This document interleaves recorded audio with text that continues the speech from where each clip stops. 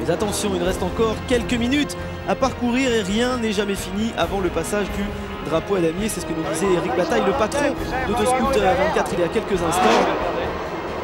Regardez les visages qui vont se crisper sur eh bien, les pilotes leaders de cette compétition. Pourquoi? Parce que le JPR va devoir repasser par la case des stands, là aussi, toujours pour ce problème dû à la roue avant droite. Mais finalement, plus de peur que de mal, ils vont repartir en tête et s'imposer. Les grands vainqueurs après 25 heures de course, ce sont bien eux, Franck Paye, Paul Rose notamment, qui s'imposent de la plus belle des façons, en ayant dominé depuis carrément le début de la course, on peut dire ça ainsi. Cette manche, très belle victoire britannique.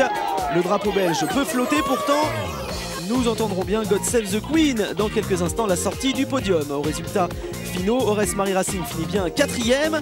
Le team Total monte sur le podium, c'est une belle performance. Doublé belge, 2e et 3e avec Assurcar.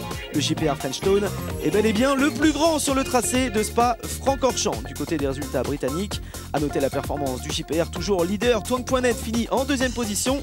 Le team Ram est 3e. Cuisine de France paralyse la belle performance en 4e position. Nous trouvons forcément des pilotes très heureux, en commençant par Paul Rose qui nous explique eh bien, les difficultés qu'ont eu l'équipage JPR Frenchstone. Nous avons eu un problème avec notre roue avant droite dans les tout derniers tours de la course. Nous avons perdu 4 tours quand même.